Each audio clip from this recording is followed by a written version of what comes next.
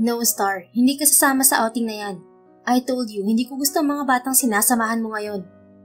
Said mo ni Celine na sa 13 anyos na kapatid.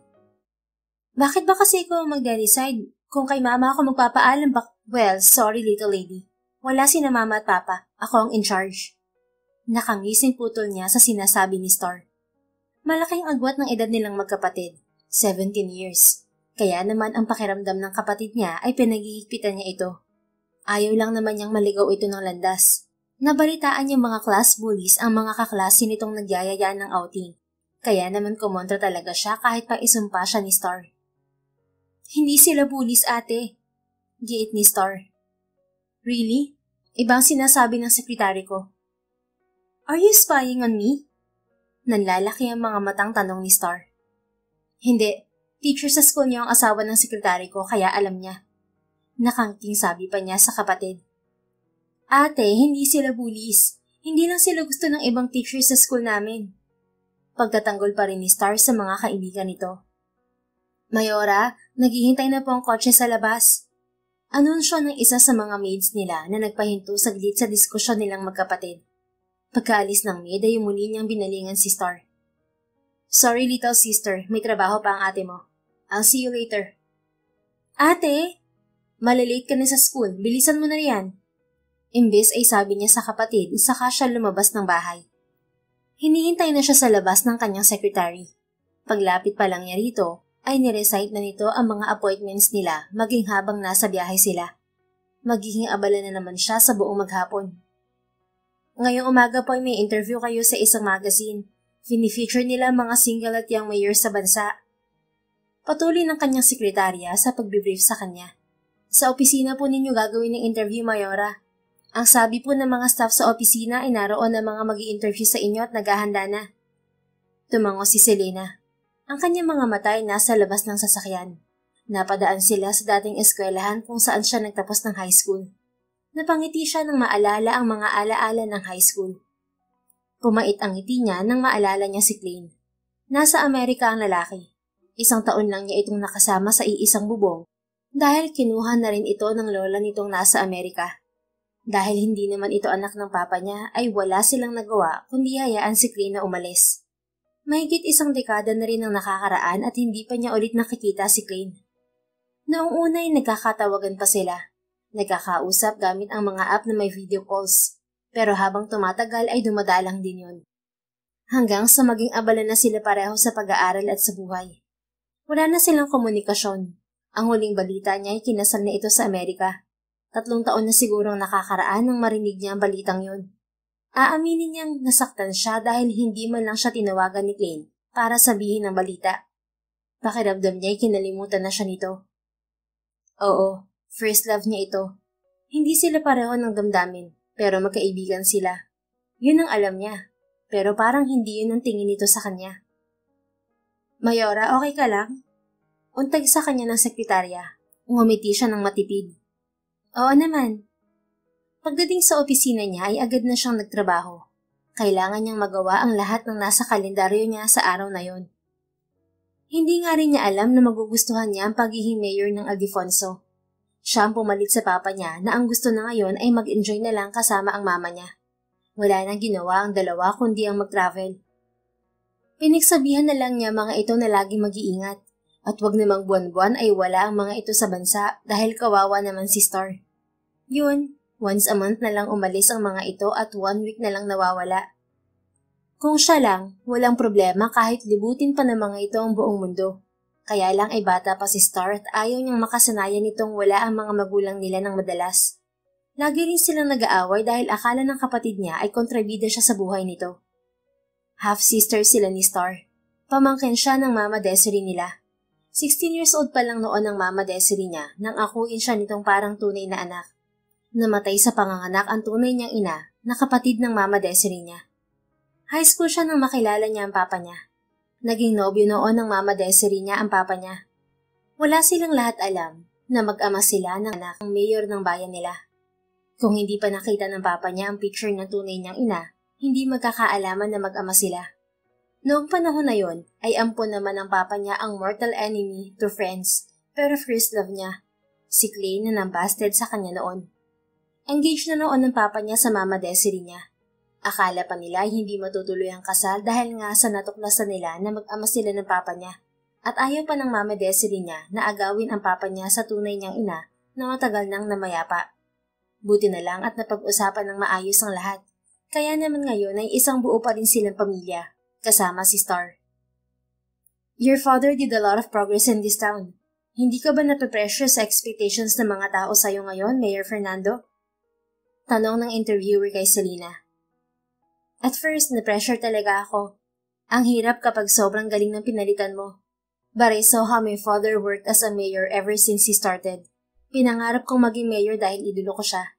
Nung umupo ako bilang mayor, ang gusto ko lang ay ipagpatuloy ang lahat ng magagandang nagawa niya at magdagdag pa ng mga proyektong makakatulong sa mga kababayan natin dito. Approve naman kay Papa ang performance ko. Ang sabi nga niya, hindi ko na kailangan ng consultant because I'm doing a good job. Mag-aangat na rin ako ng sarili kong bangko Isa na ngayon ang taon namin sa highest earning towns dito sa Region 4. Marami pang itinanong interviewer hanggang sa makarating sila sa personal na buhay niya.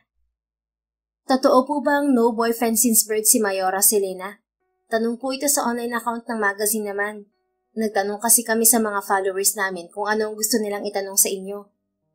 Nakangiwi at alanganing tanong ng interviewer. Yes. Mabilis niyang sagot. Hindi ko naman yun ikinahihiya. Yes, I'm 30 and NBSB. Nagkatawanan sila ng interviewer. I'm sure may mga manliligaw ka naman, Mayor. Meron naman. Ako yata ang problema. Bakit naman, Mayora? May gusto ka bang iba? Parang nanunugyo pang tanong ng interviewer. Wala. Natawa na rin siya. Pero na-inlove na po ba si Mayora Selena Fernando? I guess so, but that was a long time ago. Bata pa ako nun. Hindi pa ako busy para humanga sa opposite sex. Ngayon kasi wala na talaga akong oras para makipag-date kumilala ng mandiligaw. Kaya advice ko rin siguro sa mga kabataang gustong maging mayor o mag-join sa politics, mag-asawa muna kayo at bumuo ng pamilya. Kapag may lugar kang kailangang pangalagaan at in-nurture, mahirap isabay ang pakikipag-date. Pabirong sagot niya. Salamat sa game na pagsagot sa mga tanong namin, Mayora. Nag-enjoy po kami sa interview na to. Sana po'y kayo rin. Ng interviewer pagkatapos ng interview. Nag-enjoy ako. Salamat din sa opportunity na ma-feature sa magazine nyo. Welcome kayo lagi dito sa amin. Pagkatapos ng interview ay mga dokumento naman ang inasikaso ni Selena. Tambak na naman ang mga papel na kailangan niyang basahin. Kung hindi pa sinabi ng sekretarya niyang kailangan na niyang magtanghalian, ay hindi pa siya tatayo at titigil sa pagbabasa. Sa school ni Star ko gustong mag-lunch. Anya sa sekretarya. Po? Gusto kong makita kung anong ginagawa ng kapatid kong mabait. Nakangiting sabi niya. Walang nagawa ang sekretarya niya kundi ang tawagin ang driver para magpahatid sa eskwelahan kung saan nag-aaral si Star. Tahimik siyang lumabas ng sasakyan para hindi siya pagkaguluhan. Sa kantin niya naabutan ng kapatid. Kasama nito ang mga kaibigang hindi raw bullies, pero may inaaway na isa pang estudyante na mukhang hindi lalaban. Pinagmasdan lang niya ang mga ito. Napailing siya nang hindi man lang kumibo ang kapatid niya sa ginagawa ng mga kaibigan nito. Hindi na niya itinago ang presensya at nagpakita sa kapatid. Pinagkaguluhan siya ng ilang estudyante naroon. Natigil din ng pambubuli dahil sa pagdating niya. Star, tawag niya sa kapatid. Ate, anong ginagawa mo rito? Gulat na tanong ng kapatid niya. Gusto ko mag-lunch kasama ka. Mukhang hindi ka pa naman tapos kumain. Anya sabay turo sa pagkain sa harap nito. Mayor, excited na bati sa kanya ng mga kaibigang bullies ni Star. Hi, nakangiting bati niya din sa mga ito. Maya-maya pa ay ilang school staff na ang lumapit sa kanya at tinanong siya kung anong ginagawa niya roon. Gusto ko lang mag-lunch kasama ang kapatid ko. Ikukuha ko po kayo ng pagkain, Mayora. Alok ng asawa ng kanyang sekretarya.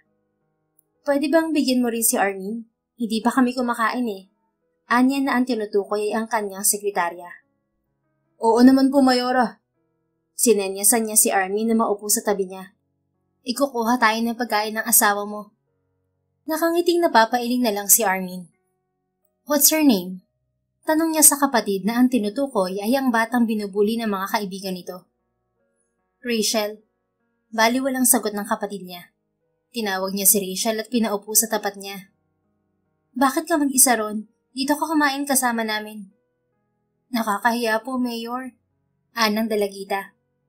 Nakayuko ito at hindi niya mabistahan ang mga mata dahil sa suot na salamin. Ano ka ba? Bakit ka mahihiya?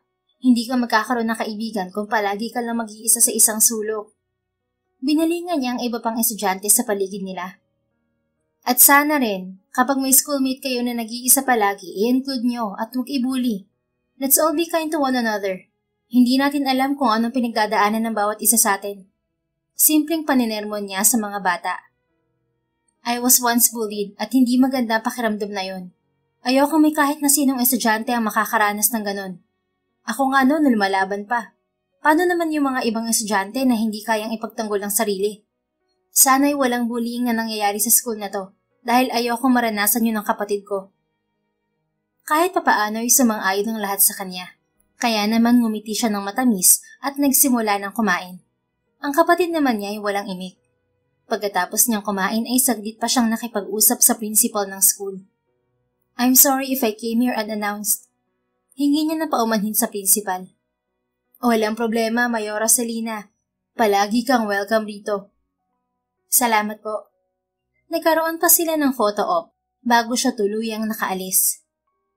Nagulat si Star Mayor. Anang sekretarya niyang si Armine nang nasa sasakyan na sila. Okay lang yun. At least ay napatunayan ko ng tama ako at hindi talaga siya pwedeng sumama sa outing na sinasabi niya.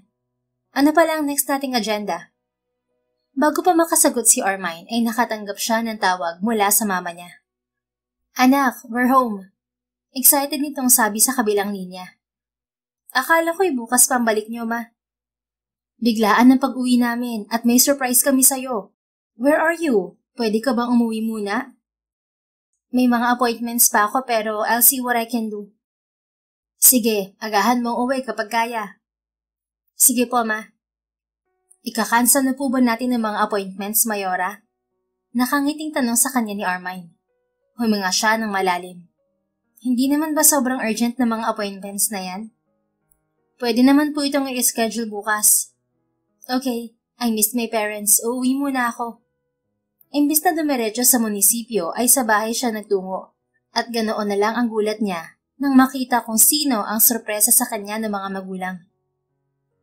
Klein, nakangiting bati niya sa kaibigang matagal nang hindi nakakausap. Natigilan siya nang yakapin siya ng lalaki. Selena, namiss kita. Pinigilan ni Selena ng umiti at nang bitiwan siya ng kaibigan ay naniningkit na ang kanyang mga mata. Miss pala, bakit hindi ka malang nagparamdam? I'm really sorry. Sinserong sagot ng lalaki. Naging abala ako sa sarili kong buhay. At kapag may pinagdadaanan naman ako, iniiwasan ko rin kayong tawagan dahil ayoko mag-alala kayo sa akin. Ay nako anak, kung hindi pa namin nakasalubong yang si Klein sa California, baka hindi na namin nakausap yan habang buhay. Singit ng mama niya. Sorry talaga, Tita Desiree. Tugon naman ni Klein. So, are you here for good or bakasyon lang? Excited na tanong niya. Napaka-unfair, hindi ba? Ganoon na lang kadaling nawala ang tampo niya sa halos isang dekada nitong pagdededma sa kanya. Nakita niya lang ito at Viola, okay na siya. Actually, I don't know. Ani Klein, saka pilit ng umiti. Teka, balita ko ikaw ng mayor rito ah. Well, ako ang pumalit kay Papa. Parang wala ka namang bilib sa akin. Inis na hinampas niya ang braso ng lalaki. No, I always believe in you. 16 pa lang tayo ay ibang klase ng authority mo. Naaalala mo pa ba kung paano mo ako inalila sa community service noon? Teka, parang mas bagay kang pulis. Hindi ka ba magpapalit ng karir? Pangaalas ka pa sa kanya ng lalaki. Oy, hindi kita inalila noon ha. Reklamador ka lang talaga. Natatawang tugon niya nang maalala ang mga panahong nag-uumpisa pa lang silang maging close. Para silang aso't pusa noon. Dad! Bigla ay sigaw ng isang bata. Mukhang kakagising lang nito. Naalimpungatan yata. Agad na dinalohan ni Klein ang batang lalaki na sa tingin ni Selena ay 3 taong gulang lang. Bumaling si Selena sa mama niya. Tiningnan niya ito na parang nagtatanong kung sino ang bata. Anak niya. Pabulong na sagot ng mama niya. Natigilan si Selena. Totoo nga pala ang balita na pamilyado na si Klein. Maya-maya pa ay bitbit na ng lalaki ang anak at lumapit sa kanya. Selena, this is my son, Clark. Agad nang initian ni Selena ang bata. Halatang may dugo itong banyaga pero kuhang-kuha pa rin ang kakisigan ng ama. My God, Klein, naunahan mo pa ako magkaanak. Pabirong sabi niya sa kaibigan. Huwag kasi puro career. I'm sure kaya mong magsingit ng oras para sa pakikipag-date. Sabi naman ni Klein. Wala akong time sa date-date na yan. Ang focus ko lang ay mapaganda ang probinsya na to.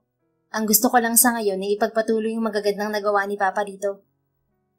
Tito Rafael is so proud of you. Ang dami niyang kwento habang nasa eroplano kami.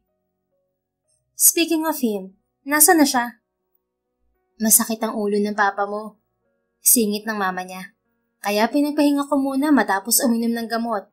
Sige, magkwentuhan muna kayong dalawa riyan at aayusin ko lang ang mga pasalubong.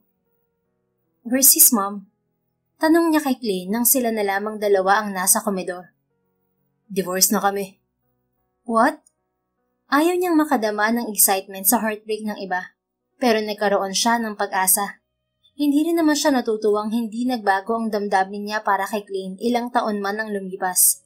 Ngunit hindi niya mapigilan ang sarili. Nasabi rin naman niya kay Klein noon na nagkagusto siya rito. Kaso nga lang, binasted siya nito. Fortunately, their friendship continued after all that. Pero hindi pa rin talaga kusang sumibol sa puso ni Klein na mahalin siya bilang babae kahit na close sila. At tanggap na naman niya yun. Nakipag-divorce sa akin a few months ago. Ani Klein. Hindi raw akong lalaking ina-expect niya. Like, what the fuck, right? May anak na kami at lahat-lahat. I may not be perfect, but I believe that I'm a good husband and father. Right. Mabuti na lang at sayo ang bata. Tanging nasabi niya. Because she was out there, nagpapakadalaga. Wala na yatang pakialam kay Clark. Wala na rin naman akong pakialam sa kanya. Mas okay nga na magpakadalaga na lang siya para hindi niya maisip na kunin sa akin ang anak ko. Honestly, inilaban ko talaga sa korte ang custody ng bata. My ex-wife shouldn't be a mother at all. Nasisense niya ang galit at hinanakit sa tinig ni Klein. He has changed. Oo, dati nang parang siga itong umasta. Madaling mainis at masungit. Pero hindi na ito ganoon sa kanya noong close na sila. Isa ito sa pinaka-soft-hearted na lalaking nakilala niya. Bukod pa roon ay mukhang pagod na ito. Marahil ay sa dami na rin ang pinagdadaanan sa buhay. So, bakasyon lang ba ang dahilan kung bakit ka narito? Pag-iiba niya ng paksa dahil ayaw niyang makita ang galit sa mga mata ng lalaki kahit na hindi para sa kanya yon. Noong una, bakasyon lang talaga. Pinilit lang ako ni Tito Rafael na bumalik dito. Naisip kong wala na rin naman si Lola Daisy kaya wala nang rason para manatili pa ako sa Amerika. Yes, naroon na ang trabaho ko at lahat. Pero naroon din ang lahat ng hinanakit. I might as well leave the place for good. Ang Lola Daisy nito ang nagpursiging kunin si Klein noon. Walang nagawa ang papa niya nang kunin ng matanda si Klein dahil hindi naman sila blood related. Anak lang si Klein ng best friend ng papa niya. Ngumiti si Selena. Well, I'm so glad you're back. Babawi ako sa lahat ng panahong dinedma kita. Ganyan ka naman. Lagi mo naman talaga akong dinidedma. Kunway nagtatampo niyang sabi sa lalaki. Grabe. Natatawang sambit naman ni Klein. Sinabi ko naman sa'yo, dumistansya ako dahil ayokong mag-alala kayo. Isa pa, kapag kinakausap kita ng kinausap, ay baka gustuhin ko pang bumalik dito sa Pilipinas. Kawawa naman ang Lola Daisy ko. Mag-isa na rin yun doon dahil kamamatay lang ng asawa niya. Ang sabi mo ay wala na rin si Lola Daisy. Matagal na ba? A year ago. Sobrang hirap.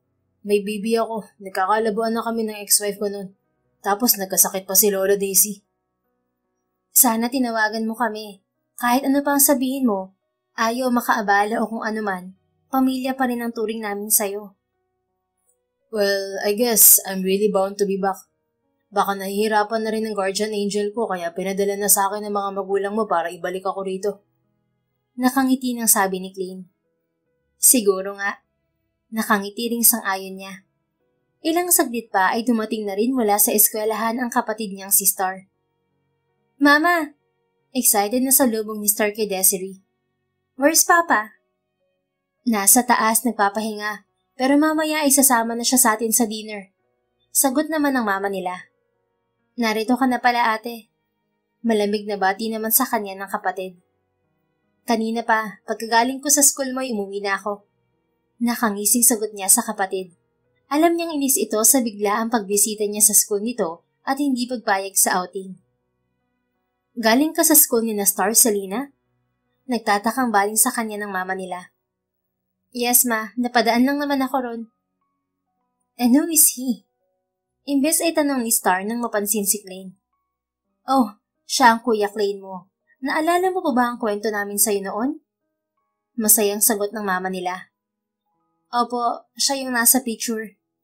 Nakangiting sabi ni Star. Hi Kuya Klein. Hello Star. I've heard a lot about you. Maya-maya pa ay handa na ang lahat para sa hapunan. Nakatulog ng maaga si Clark kaya pinabantayan muna sa isa sa mga kasambahay. May plano po akong kumuha ng sarili kong place, Tito Des, Tito Rafael. Kailangan ko lang isort ang mga plano sa isip ko at medyo magulo pa. Biglaan kasing pagbalik ko. Alam niyo naman yun. Anunsyo ni Klein habang naghahapunan sila. You can take your time. Sagot dito ng papa niya. Pwede kang magstay rito hanggang gusto mo. Pamilya ka na namin kahit matagal tayong hindi nagkasama. Thanks, Tito. Mama, Papa, about dun sa outing ko kasama mga kaibigan ko. Singit naman ni Star. Kung ano ang sinabi ng ate mo, yun din ang desisyon namin, Star. Mabilis na tugon ng mama nila. Pinigilan ni Selena ang mapangiti. Ang akala ng kapatid niya ay makakalusot to. Agad na nalungkot ang mukha ni Star at tumingin sa kanya ng masama. Nginitian niya lang ito. Baka naman sobrang naging istrikto ka na sa kapatid mo, Selena. Sita sa kanya ni Klein habang nagkakapi sila sa bakuran matapos kumain. Inilalayo ko lang naman siya sa bad company. Paglarason niya, natawa naman ng lalaki. Paano matututo kung overprotective ka? Daig mo pa si Tita Desiree. Ayoko lang namang mapariwara ang kapatid ko. At kapag nagrebelde? Doon na siya matututo. Pero mabait naman si Star. Napapasama lang ngayon sa mga hindi mabuting kaibigan. Alam mo, Selena, kaya hindi ka nagkaka-love life kasi ang dami mong iniintindi. Nariyan ang probinsyang to, tapos bantay sarado mo pa ang kapatid mo. Bakit hindi ka mag-focus sa sarili mong buhay para naman magka-boyfriend ka na? Darating ang love life sa hindi inaasahang pagkakataon, Klein. Mas gusto ko yung ganon kaysa pilitin ko. Kaysa sagutin ko kung sino lang nariyan. Hanggang hindi ko nararamdaman ng spark at butterflies in my stomach, pass muna ako sa love life. Napaka-hopeless romantic mo pa rin. Pangaalas ka sa kanya ng kaibigan. Oh, anong masama ron? Ganun ang gusto kong pakiramdam. Gusto kong ma-in-love in an organic way. Napahalakhak si Klein. Organic? At paano naman yun? Inirapan niya ang lalaki. Yung may slow motion moment, kabog ng dibdib kapag naririnig mo pa lang ang pangalan niya, excitement sa kaalamang pupuntahan ka niya. Kilig ng pang-teenager? Natatawang tanong ni Klein. Malapit na ako mainis sa'yo Pagbabanta niya sa lalaki, ngunit nginitian lang siya nito. At pesteng kabog ng dibdib niya, napakalakas. Natakot siyang baka sobrang lakas na yon at marinig ng lalaki. Ang gusto ko lang ay makahanap ka ng lalaking mahal ka. Yung uunahin ka kaysa sa anuman. Ang deserve mo ay lalaking responsable at hindi pabigat. Ang dapat sa'yo, ka-level mo, Mayora. Ano naman ang ibig sabihin ng ka-level ko? Wala akong qualifications, Klein. Ang gusto ko lang ngayong mahal ako at mahal ko. Natawa na naman si Klein. And when you're there, marirealize mo na hindi pala sapat ang pagmamahal lang. Kanina mo pa binabasag ang mga pangarap ko, Klein. Malamig na sabi niya sa lalaki. Sinasabi ko lang naman ang reality. Tugon nito. Pero ano't ano pa man, I really hope you find the love that you deserve. Bakit ikaw? Hindi mo pa ba natagpuan yun sa ex-wife mo? Well, minahal ko naman siya. Pero siguro hindi sobra-sobra to the point na hindi ko kayang mabuhay nang wala siya. Kaya hinayaan mo lang mawala sa buhay mo, ganon? Sabihin na natin, gusto ko lang na maging malaya na kami pareho. Lalo na't hindi na rin naman kami masaya sa isa't isa. Pero mahal mo pa siya. I think hindi na rin. Ganon siguro talaga. Nafa-fall out ka na lang bigla. At siguro hindi pa talaga siyang panghabang buhay. Pero may anak kayo, Clay. Yeah, but we already settled. Malaya naman siyang dalawin si Clark anytime she wants. Hindi ko rin siya inoobliga na magbigay ng child support dahil kaya ko namang mag-isa ibigay ang needs ng bata. Kaya kaysa magkasakitan kami at makita ni Clark na palagi kami nag-aaway, nag-decide na lang kami na mag-divorce. Nakuha naman ni Selena ang punto ni Clay. Marami na silang case ng away mag-asawa sa munisipyo at nagiging toxic na talaga ang pagsasama dahil wala na ang pagmamahal at respeto sa isa't isa. Dahil rin sa kawalan ng divorce sa Pilipinas, nagtitiis na magsama sa toxic na relasyon ang mag-aasawa o di kaya ay naghihiwalay na hindi dumadaan sa legal na paraan dahil sa lubhang kamahalan ng gasto sa annulment process. Marami pa silang napagkwentuhan ni Clay bago nagpa siyang matulog na. Sobra nilang namiss ang isa't isa, kaya naman kulang ang isang araw para sa kwentuhan. Puyat tuloy siya kinabukasan pagpasok sa munisipyo. Mayor, parang puyat ka. Puna ni Armine kay Selena pagdating niya sa opisina. May bisita kasi kami sa bahay, napakwento. So, anong schedule natin today? Anya na mas pinasigla ang tinig. Agad namang inisa-isang sabihin ni Armine ang mga gagawin niya. Dahil maaga siyang umuwi ng nakaraang araw, ay sunod-sunod ang kanyang naging meeting ng araw na yon. Mag-aalauna na nang makabalik siya sa opisina at nagulat siya nang madatnan si Clay doon. Oh, anong ginagawa mo rito, Clay? Nagtatakang tanong niya sa lalaki. Ang sabi ni Tita Desiree, dalhan kita ng pagkain kung bored ako sa bahay. Dahil bored nga ako, sinunod ko na lang. Si Clark? Imbes ay tanong niya.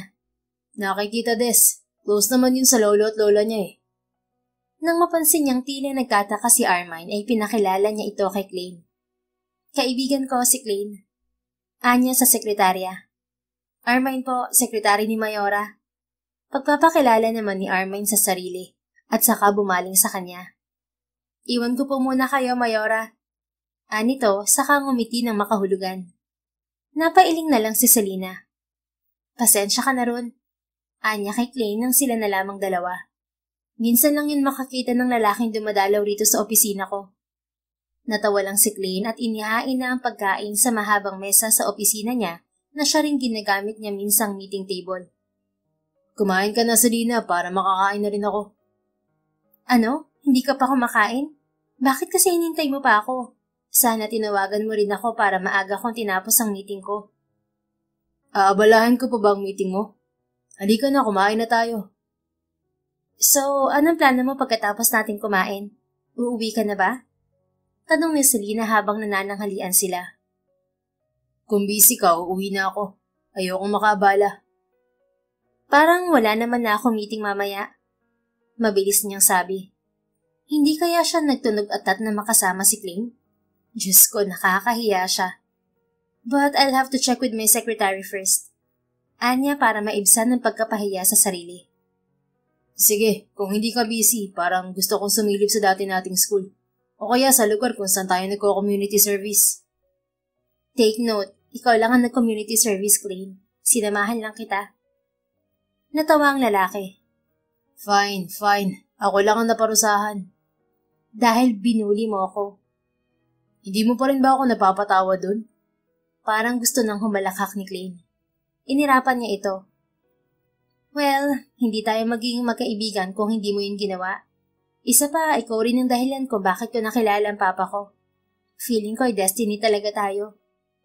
Natigilan siya sa sinabi. Sana lang ay hindi namula ang pisngi niya dahil damang-dama niya ang init na mga yon. I mean, destined to be friends. Anya saka tumawa ng pagak. Yes, we're destined to meet and be friends. Sang-ayon ni Clay. Aray naman, kailangan pang idiin ng friends. Anang isang bahagi ng isip niya. Ilang beses ba siyang kailangang i-friendzone ng lalaking to? At kailan din ba siya magsasawang umasang isang araw ay makikita rin siya nito bilang babae at hindi lang bilang isang kaibigan? Parang siya na rin ang may kasalanan. Wala naman kasing nagsabing umasa siya. Well, kasalanan ni Clay na bumalik pa to. Sabi na naman ng pasaway niyang isip. Nananahimik na siya eh.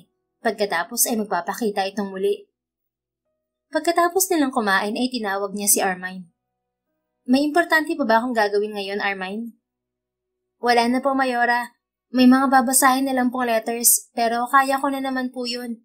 Ako na po magsasort kung anong ipapaprioritize. Okay, good. Salamat, Armine. No problem po. May dala akong sasakyan. Tara. Ani Clayne pag-alis ng sekretary niya. Tara. Habang nasa biyahe sila ay walang tigil sa kakatudyo sa kanya si Clayne. Para raw siyang artista dahil may convoy sila. Naroon ang bodyguards at ilang staff niya dahil naiwan si Armine sa munisipyo. Minsan nga, feeling ko yung ganda-ganda ko eh. Pabirong tugon niya para tantanan na siya ng pangiinis ni Clayne. Maganda ka naman talaga. Baliwalang sabi nito. Bakit lagi akong friendzone sa'yo? Naisa na niyang itanong, ngunit pinigilan niya ang sarili. Kailangan niyang magkontrol. Anong klase siyang mayor kung magpapakababa siya para sa pag-ibig? Sa barangay kung saan nag-community service si Clayne noon sila nagpunta. Sinalubong sila roon ng barangay captain at ilang kagawan. Nakakamiss ang lugar na to. Bulong ni Clayne sa kanya. Pero dati tahimik tayo nakakapagwalis at pulot lang kalat. At least ngayon, VIP treatment tayo. Bulong niya rin dito at nagkatawanan sila. Naaalala ko pa ng mga bata kayo at naglilinis dito. Parang kailan lang. Sabi ng dating kapitan na nagpunta roon nang mabalitaang naroon sila. Napakabilis po ng panahon, ano? Ani sila narito. Akalain mo bang ikaw na ngayon ang mayor ng lugar natin? Parang proud naman na sabi pa ng matanda. At nakakatuwa na hindi ka nakakalimot. Bumabalik at bumabalik ka pa rin rito. Napatingin sa kanya si Clayne. Hindi niya pinansin ang nagtatakang tingin nito. Nag-isip na lang siya ng palusot kung sakaling magtanong ito. Kung bakit naman kasi kailangan pang sabihin bumabalik-balik siya roon. Kapag marami siyang iniisip at namimiss niya si Clayne ay nagpupunta siya roon. Nakagawian na niya. Pakiramdam niya ay kasama niya lang si Clayne kapag naroon siya. Malinaw pa rin sa alaala niya ang pag-aaway nila roon sa tuwing minamandohan niya ito kung ano ang kailangan nitong gawin. Pinagmerienda pa sila ng dating kapitan bago sila tuluyang umalis. Ginabi na sila roon sa dami ng gustong makipag-usap kay Selena. Hindi naman niya pwedeng basta na lamang layasan ng mga ito. Kailangan niyang pakinggan ang hinaing ng lahat dahil tungkulin niya yon. Pumunta po kayo sa munisipyo para matulungan nila kayo kung saang program kayo pwedeng isali. Naroon po ang lahat, scholarship, medical assistance, at kung ano-ano pa. Kung may mga reklamo, pwede rin po kayo magpadala ng letter sa opisina ko para mabigyan natin ng aksyon. Salamat po sa palaging pag-welcome sa amin dito. Paalam ni Selena sa mga dating kabarangay. Salamat, Mayora. Sana makadalo ka ulit. Anang kasalukuyang kapitan doon. Kapag po hindi ulit busy, kapitan. Habang nasa biyahe sila ni Clayne pa uwi, ay wala siyang tigil sa kahihingi ng pasensya rito. Nagtagal tayo dahil sa akin. Pasensya ka na, Clayne. All of them wants a piece of you. Para ka na talagang artista. Imbes ay sabi ni Clayne habang nagmamaneho. Dahil iniisip nilang matutulungan ko sila. Well, I hope I could. Alam mo ba yun? Pero limitado lang ang kaya kong ibigay. Hopefully, makatulong sa kanila mga programa ng probinsya ngayon. Bagay na bagay sa iyong pagiging mayor. Sobra ka kung magmalasakit sa iba. Komento ni Clayne. Napangiti na lang si Selena. Pagdating nila sa bahay, ay agad na tinakbo ni Clark ang daddy nito. Mukhang namiss ng mag-ama ang isa't isa kaya hinayaan na niya. Nag-guilty siya na nakuha niya ang malaking oras ni Clayne na para ay sa anak nito. Nag-date kayo? Tanong ni Star sa kanya nang makasalubong niya ito sa hagdan. Anong pinagsasabi mo riyan? May nakakita sa inyong magkasama. Madaming po sa social media. Dumalaw lang kami sa dating barangay kung saan kami nakatira ni Mama. Ano bang sabi sa social media? May kadate ka raw? Parang nangiinis pang sabi ni Star. Napailing na lang siya at saka dumiretso sa kanyang silid. Nang mga bandang 9:00 na ng gabi ay bumaba muna si Selena para kumuha ng tubig. Pero nadatnan niya si Clayne sa may kusina. Ano yan? Naghahanap ka na ng malilipatan? Tanong ni Selena kay Clayne nang makita niya ito sa kusina. Nakapatong sa countertop ang laptop nito at nakita niyang naghahanap ito ng property. Hindi pa. Sagot naman ito saka siya inulok ng juice. Bakit ka narito? Imbis ay tanong niya sa lalaki. Wala lang. Natatawang sagot ng lalaki. Naghahanap ako ng property na pwedeng bilhin at paupahan. Ang gusto ko yung mura lang. Ako na magpapaganda. Maraming pasyalan dito sa probinsya. At nakita kong uso ang mga inns at hostels. Look at this. Pwede ko ba itong pagawa ng maliit na pool? Tila excited na sabi ni Klein sa kanya habang inihaharap sa kanya ang laptop. Ito ba ang trabaho mo sa States? Nakangiting tanong niya. Yes, I buy and sell properties. Nag-aaral din ako ng interior design. At sa tingin ko, mas patok sa Pinas sa mga property rentals.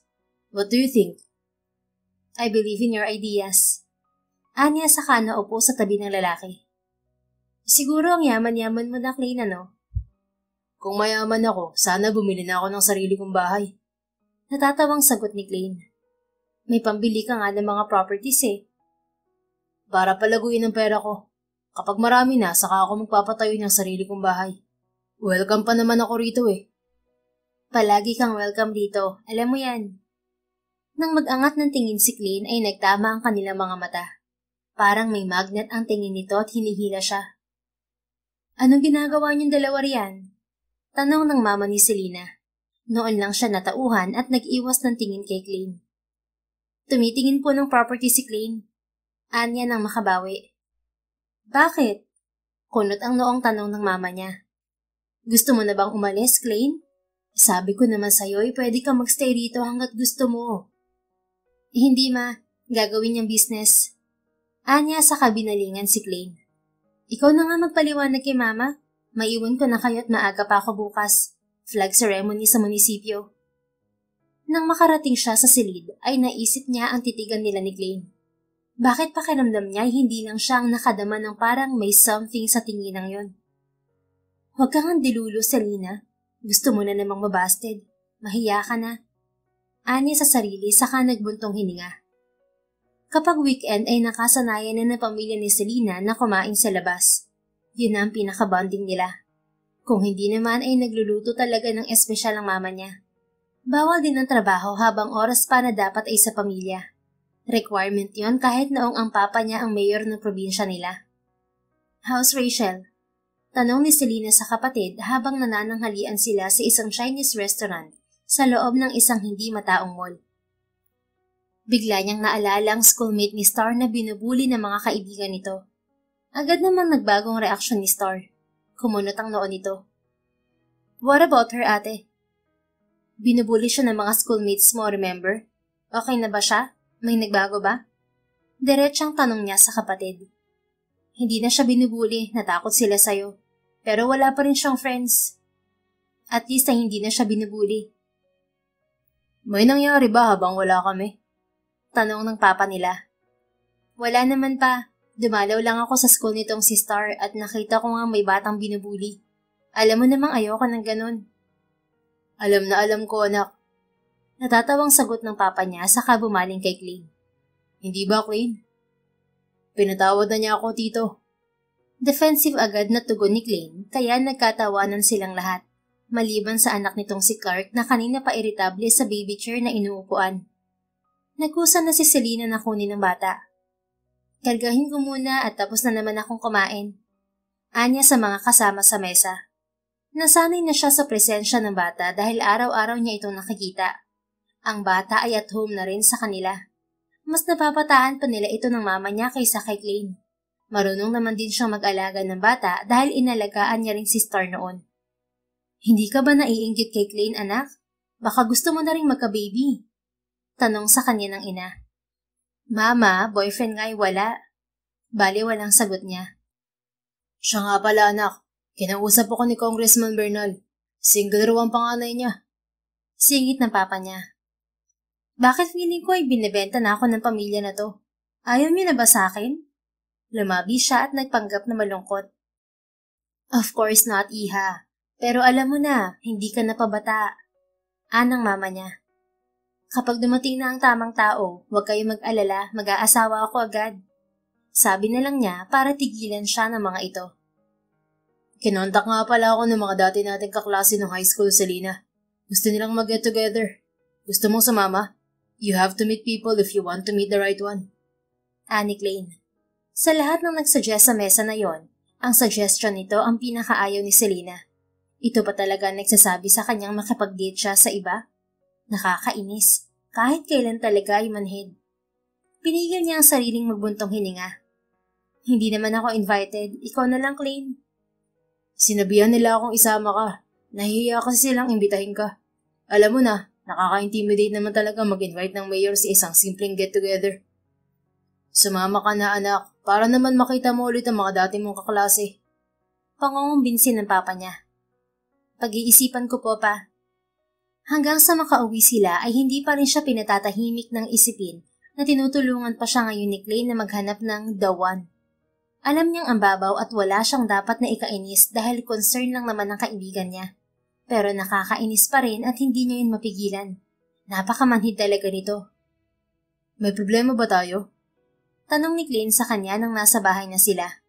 Imbis na sa kwarto niya siya dumiretso ay nanatili pa siya sa sala para makipaglaro kay Clark. Ayaw rin naman bumitiw ng bata sa kanya. 2 years old lang ang bata at naghahanap ng mother figure. Medyo malaki lang talaga ang bata kaya akala niya ay 3 taong gulang na ito. Kumunot ang noon ni Selena. Problema? Anong problema? Labas sa ilong niyang tanong sa lalaki. May problema nga. Anito. Wala. Bakit ganyan ang mga reaksyon mo? Hindi kita naiintindihan, Klein. Sabihin mo sa akin kung ano ang problema para makapagpaliwanag ako o makapag-sorry sa'yo. Kung hindi mo sasabihin, hindi ko malalaman. Ang kulit mo, wala nga. May inis na niyang sabi sa lalaki. Oops, may lover's quarrel. Anang bagong dating na si Star, saka nito kinuha si Clark. Tinitigan niya ng masama ang kapatid at ninisian lang siya nito bago ito tuluyang umalis kasama si Clark. Ano nga? Tanong ni Klein nang sila na lamang ulit dalawa. Alam mo, ang kulit mo. Kasi nga ganyan ka. Bigla ka na lang nanahimik. Ayaw mo bang sumama sa get-together? Hindi naman kita pipilitin kung ayaw mo. Ang sabi mo ay kailangan kong lumabas para makita ko ang right one.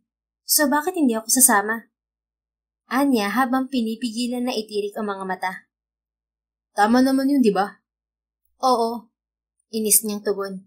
Kaya sasama ako sa'yo. Kailan ba yan? Bakit galit ka? Hindi ako galit, Klein. Tumataas ang boses mo. Huminga ng malalim si Selena at pinilit ang sariling ngumiti. Hindi ako galit. Kailan nga yung get-together na yan at baka may appointment ako? Iko-confirm ko pa sa kanila ang details. Fine. Anya saka tumayo at iniwan si Klein sa sala. Manhid. Bulong niya habang umaakyat sa hagdan. Hanggang sa dumating na ang araw ng get-together nila. Kahit labag sa loob ay sumama pa rin siya para patunayan kay Klein na kaya niyang harapin ang mga dating kabatch nila. Oh my God, you're really here, Selena? Excited na bati sa kanya ng isa sa mga dating kaklase. Akala niya ay simpleng get-together lang yon. Pero may pa-catering ang nag-host ng event na si Maiko. Kilala ang pamilya ni Maiko sa probinsya nila dahil sa dami ng negosyo. Hi Angel, kumusta? Anya sa dating kaklase. Okay naman. Grabe talaga ang get-together na to. May mayor, may bilyonaryo, may lawyer, doktor, at kung ano-ano pang grabe ang level. Ani Angel. And you? Ay, housewife lang na may asawang businessman. Nakangiting sabi ni Angel. Then, you're the luckiest. Pabirong sabi niya rito at nagkatawanan sila. Hindi nagtagal ay dumami na ang nakapalibot sa kanya. Hinanap ng mga mata niya si Klein at nakita niya ito sa isang mesa kasama ang ilang lalaking kaibigan nito. Mukhang wala na itong pakialam sa kanya lalo nang lapitan ito ni Nympha. Kung hindi siya nagkakamali, naging ka-MU ni Klein ang babae noong high school sila. Nang magkaroon sila ng tsansang mag-usap, ay kasama naman ng lalaki si Maiko. Maiko, syempre naaalala mo pa tong si Selena. Nakangiting sabi ni Klein sa dati nilang kaklase. Meron ba ditong hindi nakakakilala kay Mayora? Nakangiti rin sabi ni Maiko at kinindatan pa siya. Selena, si Maiko nga pala ang nag-sponsor nitong event. Ang sabi ay simpleng gathering lang pero tingnan mo naman. Pagmamalaki ni Klein at alam na niyang ibig sabihin niyon. Hindi nga siya nagkamali nang marinig ang sunod nitong sinabi. At alam mo ba na single tong kaibigan kong to? Halatang-halatang nirereto mo siya sa akin ah. Pabirong sabi niya kay Clayne para hindi magmukhang awkward. Nagkatawanan silang tatlo. Akala ko nga ikaw yung magkakatuluyan. Nung makita ko naman ng pictures niyo na magkasama recently, akala ko ay totoo ang dating humor. Komento ni Maiko. Nako, hindi yun totoo. Magkaibigan lang kami nitong si Clayne. Mula noon hanggang ngayon, nothing has changed. Anya na may kaunting diin. Then, walang magagalit kung yayayain kitang lumabas? Diretsahang tanong ni Maiko sa kanya. As long as wala tayong pag-uusapang business permit sa probinsya, sure. Pabiro na naman niyang tugon. Natawa naman si Maiko. Of course. Sa totoo lang, wala siyang makitang masama sa pagrereto ni Clayne kay Maiko sa kanya. Pero nagre-rebelde pa rin ang puso niya. Ang pagpayag niya sa imbitasyon ni Maiko ay isang pagre-rebelde na siya lamang ang nakakaalam. Baka nga oras na para buksan niya ang puso para sa iba. Mahigit isang dekada na pero si Clayne pa rin. Ano bang klaseng puso ang meron siya? Samantalang ang lalaki ay hindi niya siya itinaas ng level. Na-stuck na siya sa pagiging kaibigan nito. Imbis na inisin ang sarili ay nagsaya na lamang si Selena. Kasama ang mga dating kaklase ay nireminis nila ang nakaraan na para bang kahapon lang nangyari ang mga yon. Sana maging madalas ang ganito, no? Bored na talaga ako sa bahay. Ani Angel sa kanilang mga kasama sa mesa. At sana sa susunod ay makasama ka pa rin, Mayora. Anang isa pa niyang dating kaklase. Basta may free time ako, gawa ko riyan. Sagot naman niya. Ang akala ni Selena ay napilitan lang si Maiko na yayain siyang lumabas dahil sa tahasang pangrereto ni Clayne sa kanilang dalawa. Ngunit nakatanggap agad siya ng tawag mula sa lalaki kinabukasan. As in, mamayang gabi agad? Natatawang tanong niya sa lalaki sa kabilang linya. Kung hindi ka busy. Sagot naman ito. Ayoko namang sayangin ng chance. Pumayag ka na kagabi eh. Natawa si Selena. Okay, sige. Let's see each other tonight. Pwede ba kitang sunduin? Sure. See you later. Sino yun? Tanong ni Clayne. Nakasabay niya ito habang pababa ng hagdan. Si Maiko. Tanging nasabi nito. Siya nga pala, Selena. Pwede mo ba akong samahan mamayang gabi? May i-check kasi akong property. Naku, may usapan na kami ni Maiko na lalabas kami eh. Pwede mo bang i-reschedule yan para masamahan kita? Hindi na, okay lang. Kaya ko namang mag-isa. Medyo naninibago lang ako rito sa Aldefonso kaya magpapasama sana ako. Pero sa tingin ko naman kaya ko nang mag-isa. Okay. Nakangiting sabi niya sa lalaki saka nagmamadali ng bumaba. Hindi na siya nag-agahan sa bahay at tumiretso na sa munisipyo. Bandang 6:00 nang sunduin siya ni Maiko sa trabaho. Sinadya niyang mag-overtime para hindi na siya umuwi sa bahay. Pasensya ka na sa mga staff ko, parang ayaw pa akong sunduin. Natatawang sabi ni Selena sa lalaki nang makasakay na siya sa kotse nito. Ayaw pumayag ni Armine na wala siyang bodyguard. Yun tuloy, may convoy pa sila. Hindi siya lulubayan ng mga ito hanggat hindi siya nakakauwi. Ang hirap din kapag ang security niya ay dating mga staff ng papa niya. Hindi niya alam kung sino ba talaga ang boss ng mga ito. Siya o ang papa niya. Naiintindihan ko naman. Ikaw ang pinaka-importanting tao rito sa Aldefonso. Ani Maiko. Anyway, may family open na new restaurant here. Doon kita dadalhin kung okay lang sa'yo. Sure. I-recommend din natin sa social media para dayuhin ng mga taga rito. Makatulong man lang ako sa pagpupromote nyo. But hey, hindi kita niyayang lumabas para i-promote mo ang bago naming resto. Defensive na sabi ni Maiko. Alam ko, ano ka ba? Bakit ba tense ka? Ewan ko nga rin. Ngayon lang kasi tayo nagkasama na tayong dalawa lang. Hindi ako makalapit sa'yo noon pa man dahil akala ko may something kayo ni Clayne. Kaibigan lang ang tingin sa akin noon pa man. Nakangiting sagot niya. Wait, ibig sabihin ba niyo na may intensyon kang lumapit sa akin dati pa? Yes, crush kita nung high school. Nakangiting sabi ni Maiko. Mukhang sincero naman dahil namula ang mukha nito. Pero nahihiya ako. Nung nagtatrabaho na ako, naging mayor ka naman dito. Paano pa ako makakalapit sa'yo? Hindi naman ako nangangagat, Maiko. Biro niya. Pero parang ang taas-taas mo. Grabe, bulalas niya. Ako ba talaga ang mataas? Ikaw tang may pamilyang parang pinakamayaman si Aldefonso. That's too much, Selena. Natatawang sagot naman ng lalaki. Ganoon ang naging kwentuhan nila hanggang makarating sa restaurant na sinasabi ni Maiko. Maganda ang restaurant mula sa labas at napaka-elegante naman sa loob. Kaunti ba ang tao marahil ay dahil kabubukas lang. May mga nakilala siyang customers, kaya naman may meet and greet muna bago sila nakapag-settle sa isang mesa. Matapos umorder ay nagkwentuhan sila ni Maiko. Nakakatuwa lang dahil marami silang napag-uusapan. Masarap kausap ang lalaki, hindi boring. Nasa kalagitnaan siya ng pagtawa nang maramdaman niyang nagva-vibrate ang cellphone niya mula sa loob ng bag. Si Clay ng caller. Sagutin mo muna. Ani Maiko. Baka hindi naman importante. Sagot naman niya saka pinindot ang end call button at ibinalik sa bag ang cellphone. Ganoon pa man ay hindi siya mapakali, kaya nagpaalam siya kay Maiko na gagamitin muna ang restroom. Doon niya tinawagan si Klein. Yes, anong problema, Klein? Wala, kakumustahin ko lang sana ang date niyo ni Maiko. Naitirik ni Selena ang mga mata. Yun lang? Well, nasa kalagitnaan ako ng date. Akala ko naman may emergency. Sige na, kakain pa kami ni Maiko. Sige, enjoy. Ani Klein. Pagbalik niya sa mesa ay naroon ang pagkain. Oy, in fairness, ang sarap ng pagkain niyo rito. Anya kay Maiko nang kumakain na sila. Thank you. Recipe ni Mommy ang lahat ng pagkain dito. Pagmamalaki nito.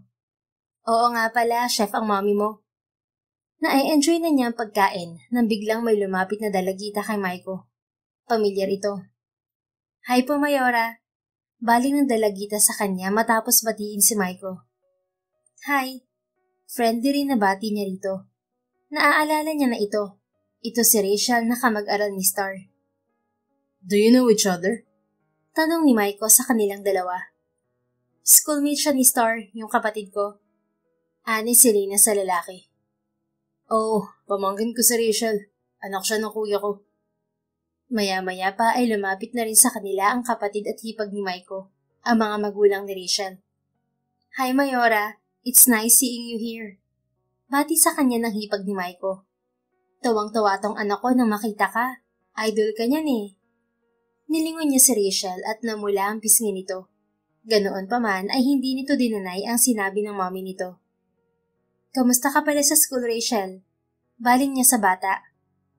Friends na po kami ni Star. Mabait po siya, parang ikaw. Parang nahihiya pang sabi ni Rachel. Nakahinga ng maluwag si Selena. Akala niya ay hindi talaga kinaibigan ng kapatid niya si Rachel. Mabuti naman at hindi pa tuluyang naiimpluwensyahan ng kapatid niya ng mga kaibigan nitong bullies. I'm glad to hear that. Mag-aral ng mabuti ha? Bilin niya sa bata. Opo, Mayor. I will be like you someday. Magiging mayor din ako. Sige, ilista mo na ako bilang isa sa mga botante mo.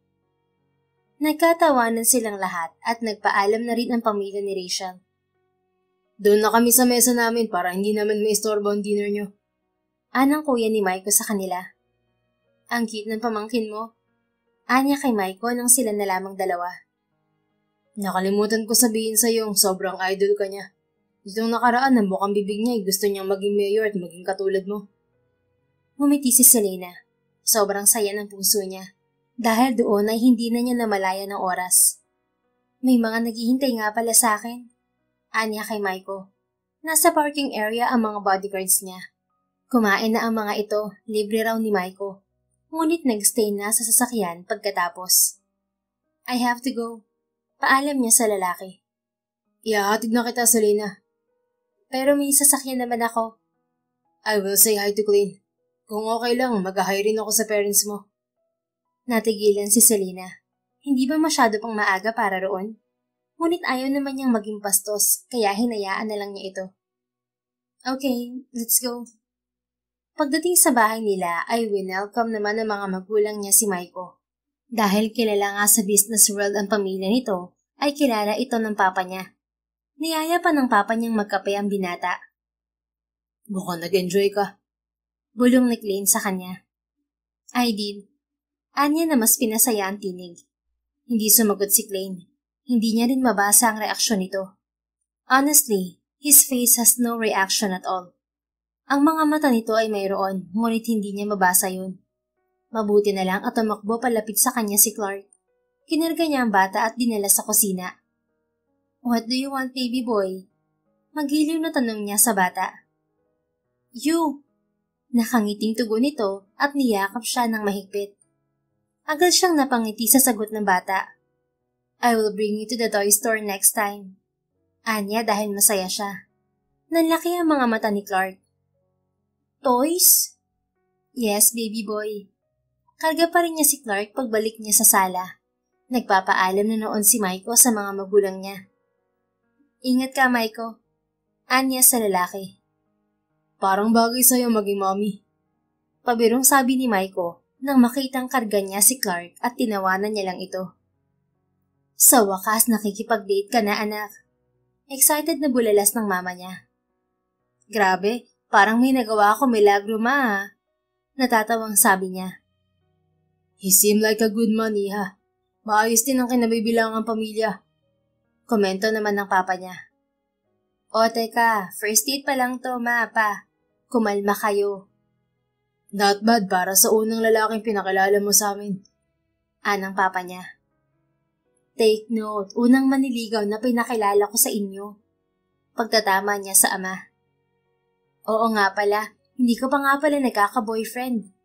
Sabi naman ng mama niya sabay bungisngis. Parang gusto niyang mapikon, pero naalala niyang mga magulang niya ang mga ito. Nang sumunod na weekend ay lumabas muli sila ng pamilya gaya ng nakasanayan. May problema ba tayo? Hindi mapigilang tanong ni Selena kay Klein nang makauwi sila galing sa pagkain sa labas dahil linggo. Pagkatapos magsimba at kumain ay namasyal pa sila at binili ng laruan si Clark tulad ng pangako niya sa bata.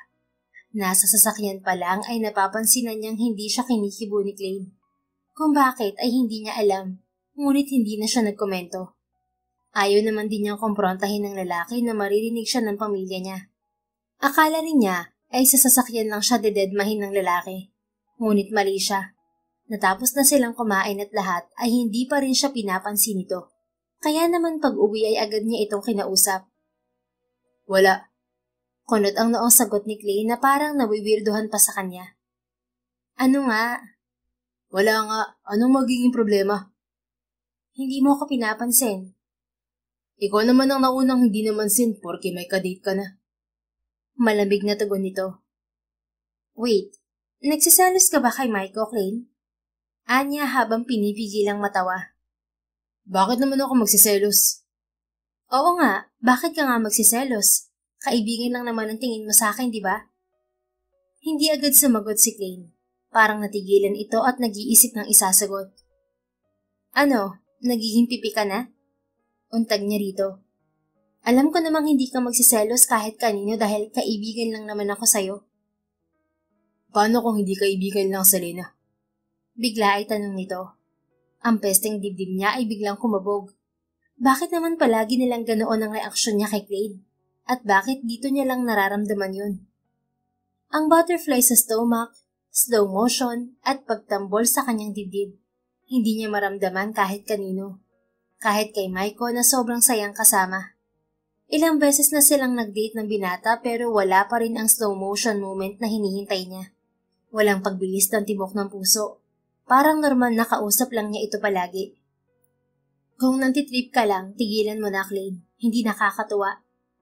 Anya sa kaakmang tatalikuran ang lalaki, ngunit pinigilan siya nito. Hinawakan lang nito ang bisig niya.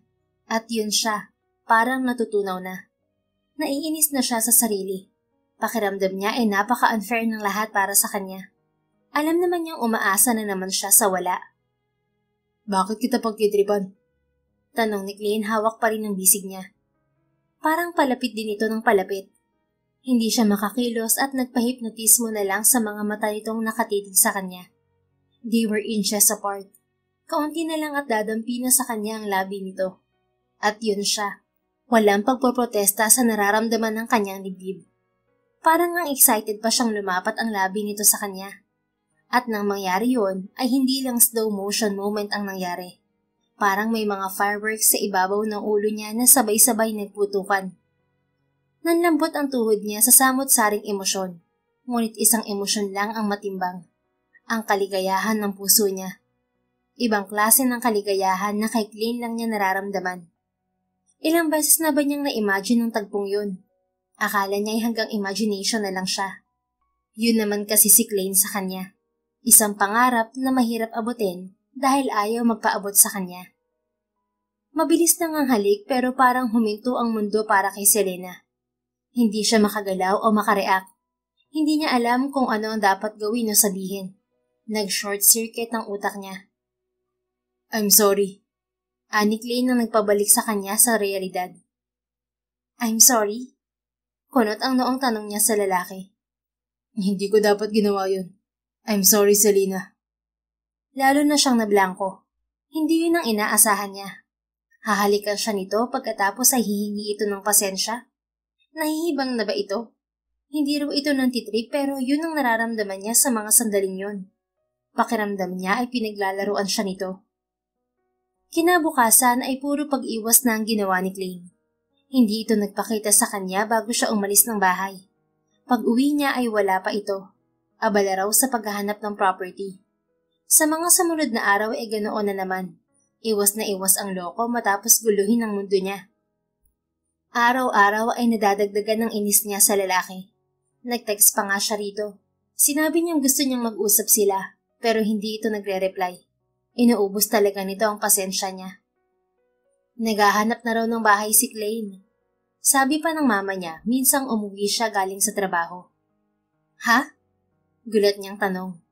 Itododo na talaga ng mokong ang pag-iwas sa kanya. Hindi ba sinabi sa'yo? Hindi nga niya ako kinakausap, ma. Bigla ay nasabi niya. May problema ba kayong dalawa, anak? Hindi ko alam kung ano ang problema niya. Basta ramdam ko na iniiwasan niya ako. Mahal mo pa rin siya, no, anak? Nagulat si Selena sa sinabi ng mama niya. Nag-iwas siya ng tingin. Hindi na po, ma. Matagal na yon. Sa akin ka pa ba magsisinungaling, anak? Huminga ng malalim si Selena. Ngunit hindi na nakapagsalita pa. There was no use of denying. Alam ng mama niyang na-inlove na siya kay Klein noon. Nakita na siya nitong umiiyak dati dahil sa lalaking yun. At ito na naman siya ngayon. Ang dami namang lalaki, pero sa lalaking yun namanhid pa siya nagmahal. Walang mali sa nararamdaman mo, kaya bakit mo i-deny, anak? Tanong pa ng mama niya. Hindi kami pareho ng nararamdaman, ma. Alam mo yan kahit noon pa. Nag-asawa nga siya at nagpakasal sa iba, di ba? Ibig sabihin, hanggang kaibigan lang talaga ako sa kanya. Anya, saka hindi na pinigilan pa ang sariling umiyak. Ilang araw na niyang itinataboy ang pakiramdam na yun.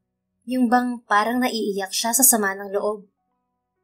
Bakit hindi muna kayo mag-usap? Baka yun ang kailangan niyo, anak. Paano kami mag-uusap, ma? Ayaw niya akong kausapin. Tingnan mo nga, aalis lang loko-loko dahil sa kaiiwas sa akin. Niyakap siya ng mama niya, tulad noong inalo siya nito noong nabasted siya ni Klein noong 16 years old lang siya. Magiging maayos din ang lahat, anak. Bakit kasi hindi ako nagbago? Bakit siya lang ang ginusto ko? Naiinis niyang tanong. Hindi naman kasi natuturuan ng puso, anak. Kahit ano pa ang gawin mo, kung si Klein ang itinitibok ng puso mo, hindi mo mapipigilan. Huwag mo na rin i-resist. I-acknowledge mo ang pagmamahal mo sa kanya. Tell him what you feel. Nagawa mo na dati. Kaya mo ulit yun. Kahit magmukha na naman akong tanga, ma? Tanong niya sa kabahagyang bumitiw sa pagkakayakap ng ina. Mukhang tanga na akong mukhang tanga. Nagpapakatotoo ka lang naman sa damdamin mo. Isa pa, paano kung iba na ang resulta ngayon? Nung mga bata pa kayo, hindi pa kayo para sa isa't isa kaya hindi umubra. What if ngayon yung right time para sa inyong dalawa? Ang daming what ifs, diba? At alam mo ba na hindi masasagot ang mga what ifs na yan kung walang isa sa inyong dalawa ang aamin sa damdamin nyo? Ayoko nang magmukhang tanga, ma. Anya napaiyak na naman. Hindi ka mukhang tanga, anak. Matapang ka. Matapang kang ipaglaban ng damdamin mo sa kabila ng walang kasiguraduhan. I always admire your courage. Hindi lang sa pagmamahal kay Klein, kundi sa lahat ng bagay. Both of you can figure this out. Kailangan lang may mag-initiate. Kung sino ang mas matapang, siya ang dapat maunang gumalaw. At sa nakikita ko, mas matapang ka, anak. Tahimik na tumulo ang luha ni Selena. Sa mga sumunod na araw ay ganoon pa rin sila ni Klein. Hindi na nga sila nagkikita kahit na magkasama sila sa bahay. Isang araw ay isang pasya ang nabuo niya. Susundin niya ang payo ng mama niya na maging matapang. You're unusually quiet tonight. Puna ni Maiko kay Selena habang nag-dinner sila. Ikaw ang nagyaya ng dinner pero parang wala ka naman sa mood. Ang totoo, hindi naman sa wala siya sa mood. Hindi niya lang alam kung paano sisimulan ang gusto niyang sabihin. Gusto na niyang sabihin kay Maiko ang totoo niyang damdamin. Mabuti itong tao kaya deserve nito na malaman mula sa kanya ang totoo. Gusto kong gawing masaya ang gabi na to, Maiko. Pero, hindi niya alam kung ano ang sasabihin. Nagulat siya nang umiti ang lalaki. Pero walang madaling paraan para wasakin ang puso ko? Pabirong tanong nito.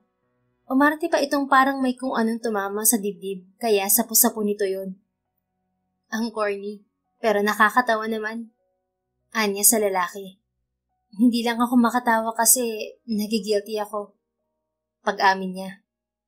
Dahil ba babastadin mo na ako? Diretsang tanong nito. Mabuti kang tao, Maiko. Mabait ka, gentleman, masarap kang kausap. Walang boring na dinner kapag kasama kita. Pero, huminga siya ng malalim. Pero hindi ako. Tama, di ba? Si Maiko na ang tumapos sa gusto niyang sabihin. Sinubukan ko naman. Anya sa bayo ko. Guilty talaga siya. Alam ko, Selena. Kaya hindi mo kailangang mag-guilty. Sinubukan mo at sapat na sa akin yun. Gusto kong magpasalamat sa lahat ng oras na binahagi mo sa akin. Alam ko kung gaano ka kabisi pero pinaglalaanan mo ko ng oras. Okay na yun. Hindi sayang ang oras ko kahit bastidin mo ko. I will always treasure the time I had with you. Lalo mo lang akong ginigilty eh. Nakalabing sabi ni Selena. Natawa naman ng binata. Nagpapaka-honest lang ako. At ayoko rin namang mag-guilty ka. Gusto kita pero hindi ko ipipilit ang sarili ko sa'yo. Lalo pat alam kong may ibang laman ng puso mo. Alam mo? Gulat niyang tanong. Oo naman. 16 years old pa lang tayo, alam ko na yun. Anang lalaki saka tumawa. Mukhang wala pa rin namang nagbabago. You talk to me. What? Who? Sino pa ba? Si Klein. Ibinilin ka sa akin. He's thinking of flying back to America. Ano? Bakit? Naaalarmang tanong niya. Hindi niya sinabi ang rason. Ang akala ko ay lilipat lang siya ng bahay. Baka yun lang ang sinabi niya sa inyo. That crazy fool. Inis niyang wika. He's really a fool for not realizing your feelings for him. Mag-usap kayo, kailangan niya yun. Basta, I can be your friend, Selena. Kung kailangan mo ng kausap, don't hesitate to call me. Hindi man tayo nagkapareho ng feelings. Hangad ko na maging masaya ka. At alam kong sa kanya ka lang sasaya. Dahil sa sinabi ni Maiko, ay nagmamadali siyang umuwi. At yun na nga, naabutan niyang nag-i-empake si Klein. Ano to? Inis agad na tanong ni Selena dito. We're moving. Bali walang sagot ni Klein. Saan? Hindi makasagot ang binata. Babalik ka ng Amerika na gano'n na lang? Gano'n na lang, Klein? Galit niyang tanong sa lalaki. Imbis na harapin at kausapin mo ako, tatakas ka na lang? Ganyan ka ba talaga kaduwag? Magiging mas mabuti ang buhay mo kung aalis ako. Ani Klein na patuloy sa pag-iempake. At sino ka para magdesisyon kung anong mas makakabuti para sa buhay ko? Ang sabi ko sa'yo ay gusto ko makahanap ka ng pag-ibig na deserve mo, Selena. Ani Klein na hinarap na siya sa wakas. Tumayo ito mula sa pag-iempake at nilapitan siya. Hindi mo deserve ang katulad kong diborsyado na. May anak pa. Anong may pagmamalaki ko? Anong kaya kong i-offer sa'yo? Dalaga ka. Ikaw ang pinaka-importanting tao si Aldefonso. You deserve the grandest kind of love. Hindi ako lang ang bagay sa'yo. Anong gagawin ko ngayon? Ikaw lang ang gusto ko. Mangiyak-ngiyak na tanong niya kay Klein. Ikaw lang. Ikaw pa rin. Nakakainis na sa totoo lang. Bakit ikaw pa rin? Pero para sa'yo, palaging hindi ako. Tuluyan na siyang umiyak. Mabilis siyang niyakap ni Klein. Hey, don't cry. Pagagalitan ako ni na tito at tita. Pagpapatahan nito sa kanya. Ano bang sinasabi mo hindi ikaw? Ikaw na. Alam ko sa puso kong ikaw na. Pero alam ko ring hindi ako ang tamang lalaki para sa'yo. Bakit ba kasi paulit-ulit ka riyan? Naiinis niyang tanong sa kabahagyang itinulak ang dibdib ni Klein, ngunit hindi siya nito pinakawalan. Bakit hindi ikaw ang tamang lalaki? Bakit marunong ka pa? Hindi mo ba nakikita? Diborsyado nga ako, may anak pa. Ano na lang ang sasabihin sa'yo ng mga tao? Ang mayor ng Ildefonso pumapatol sa lalaking may nauna ng asawa? Ayokong ipahiya ka. I want all the best for you. Anong pakialam ko? Kunot ang noo niyang tanong. Wala akong pakialam sa sasabihin ng iba, Klein. Hindi ko alam kung bakit mo sila iniintindi.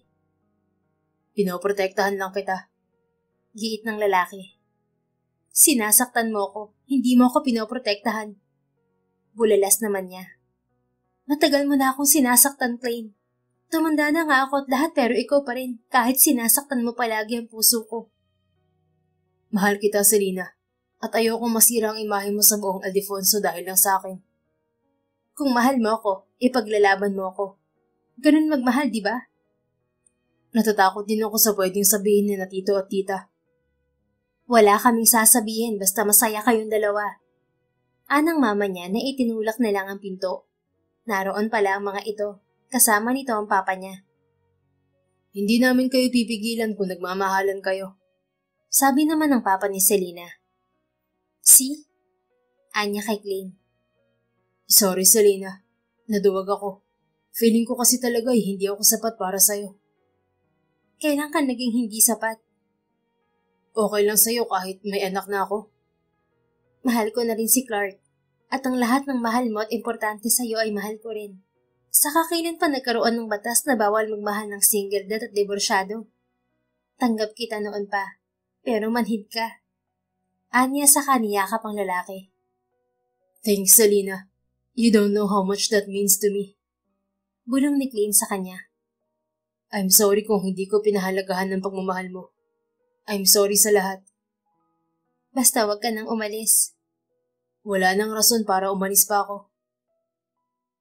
Hindi pa natatapos ang taon ay nagpakasal na ang dalawa. Ang gusto sana ni Selena ay simpleng kasal lang. Pero ayaw pumayag ng mga lolo at lola niya. Ang grandeng kasalan daw ang bagay sa mayor ng Ildefonso. At dahil ganoon na rin naman ang gusto ng mga lolo at lola niya, ay sa quadrangle ng munisipyo sila nagpakasal ni Klein. Imbitado ang buong Ildefonso. Marami silang ipinasa ng kalsada. Nagmukhang kampanya ang kasal niya, pero wala siyang pakialam. Sobrang saya niya dahil masaya rin ang buong Ildefonso para sa kanya. We will have a quiet wedding in Thailand.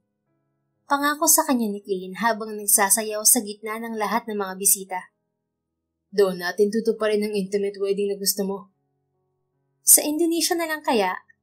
Tanong niya sa lalaki. Pwede naman sa parehong bansang yun. Kahit sa ilang bansa ay pakakasalan kita, Selena. Ani Klein. Promise mo yan, ha? Oo naman. Mahal kita, my wife. Thank you for loving me and accepting me. I love you too, my husband. Ikaw lang ang mamahalin ko habang buhay. Alam mo yan. Thank you too for loving me back. Mahabang taon kong hinintay yun. Matagal na kitang mahal pero duwag ang first love mo. Salamat dahil naging matapang kang ipaglaban ng pagmamahal mo. Kaya ngayon, narito tayo at habang buhay na magsasama. Nakangiting yumakap sa kanya si Klein. At kahit ilang beses din ay sasagutin niya ito ng I do kahit saan man sila makarating. 3 taon nang lumipas bago nila nasundan si Clark dahil abala pa si Selena sa pagiging mayor ng Ildefonso at ganoon din naman si Klein sa pagpapalaki ng negosyo nito.